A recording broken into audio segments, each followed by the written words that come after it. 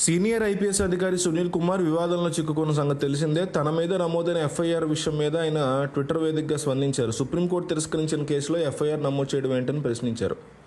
MLA Raghurama Krishnamraju యొక్క విజ్ఞతకి వదిలేస్తున్నారు. Social మీడియాలో సునీల్ పెట్టినటువంటి పోస్టు మీద తెలుగుదేశం పార్టీ నేతలు తీవ్ర ఆగ్రహాన్ని వ్యక్తం చేస్తున్నారు. ఎఫ్ఐఆర్ నమోదైన తర్వాత ఈ రకమైన పోస్టులు సోషల్ మీడియాలో పెట్టడం ఏంటని ప్రశ్నిస్తున్నారు. సునీల్ ఇలా చేయడాన్ని ధిక్కరించడమే అంటున్నారు. ఆల్ ఇండియా కండక్ట్ రూల్స్లో రూల్ నెంబర్ 7ని ఉల్లంఘించినట్లు అవుతుందని టీడీపీ నేతలు చెప్తున్నారు. సునీల్ పోస్ట్ మీద ప్రభుత్వానికి టీడీపీ నేతలు ఫిర్యాదు చేశారు. సునీల్ పోస్టింగ్ని పరిగణలో తీసుకుని సస్పెండ్ చేయాలని ప్రభుత్వాన్ని టీడీపీ నేతలు డిమాండ్ చేస్తున్నారు. కాగా మాజీ ముఖ్యమంత్రి జగన్మోహన్ రెడ్డితో పాటు సీనియర్ పోలీసు అధికారి మీద నమోదైన కేసు సంగతి మనకు తెలిసిందే. గతంలో సిఐడి డీజీగా పనిచేసినటువంటి సునీల్ కుమార్ మీద రఘురామ కృష్ణరాజు ఫిర్యాదు చేశారు.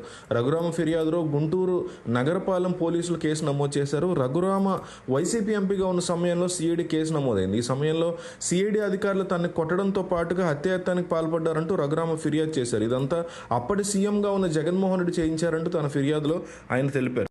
సీనియర్ ఐపీఎస్ అధికారి, ఫైర్ సర్వీసులు, విపత్తుల నిర్వహణ విభాగంలో ప్రస్తుతం మాజీ డైరెక్టర్ జనరల్గా ఉన్నటువంటి పివి సునీల్ కుమార్ మీద గుంటూరు నగరపాలెం పోలీస్ స్టేషన్లో కేసు నమోదైన సంగతి తెలిసిందే. తెలుగుదేశం పార్టీ శాసనసభ్యుడు, అప్పటి వైసీపీ ఎంపీగా ఉన్న రఘురామ కృష్ణరాజు ఇచ్చినటువంటి ఫిర్యాదు మేరకు పోలీసులు కేసు నమోదు చేశారు. భారతీయ న్యాయ సంహితలో పలు సెక్షన్ల కింద కేసులు నమోదు చేశారు.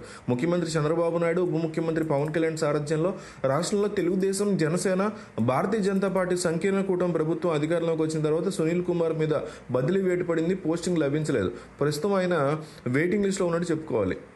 వైఎస్ జగన్మోహన్ రెడ్డి ప్రభుత్వంలో కొంతకాలం పాటు ఆయన సిఐడి డైరెక్టర్ జనరల్గా పనిచేసిన విషయం తెలిసిందే. ఆయన సిఐడి చీఫ్గా ఉన్నప్పుడే రఘురామ కృష్ణరాజు అరెస్ట్ అయ్యారు. ఆ సమయంలో అధికారులు తనను కొట్టారని, హత్యాయత్నానికి పాల్పడ్డారంటూ రఘురామ కృష్ణరాజు తాజాగా ఫిర్యాదు చేశారు. ఇదే కేసులో వైసీపీ చీఫ్ వైఎస్ జగన్ పేరు సైతం చేర్చారు. తనను అక్రమంగా అరెస్ట్ చేసి వేధించారని, 5 మంది గుర్తు తెలియని వ్యక్తులతో హింసించారంటూ అప్పట్లో రఘురామ కృష్ణరాజు ప్రకటించారు. తనను కొడుతున్నారనడానికి సాక్ష్యంగా ఒక వీడియో కూడా తీశారని, దాన్ని వైఎస్ జగన్కి చూపించారని రఘురామ ఆరోపించారు. తప్పుడు రిపోర్టు కోసం డాక్టర్లను కూడా మార్చేశారన్నారు. ఈ కేసు పోలీసులకి రఘురామ కృష్ణరాజు ఇచ్చిన ఫిర్యాదులో పొందుపరిచిన అంశాలను తాజాగా పివి సునీల్ కుమార్ మీద స్పందించారు. ఈ కేసు అప్పట్లో సుప్రీంకోర్టు 3 సంవత్సరాల పాటు నడిచిందని గుర్తు చేశారు. సాక్షాత్తు దేశ అత్యున్నత న్యాయస్థానమే ఈ కేసును తిరస్కరించిందన్నారు. అలాంటి కేసులో కొత్తగా ఎఫ్ఐఆర్ నమోదు చేయడాన్ని ఏమనాలో తనకు తెలియట్లేదని కౌంటర్ ఇచ్చారు. వాళ్ళ విజ్ఞతకే వదిలేస్తున్నానని పేర్కొన్నారు ఆయన. ఈ విషయంలో మీ సపోర్ట్ ఎవరికి? సునీల్ కుమార్కా, జగన్కా, లేక రఘురామ కృష్ణరాజుకా?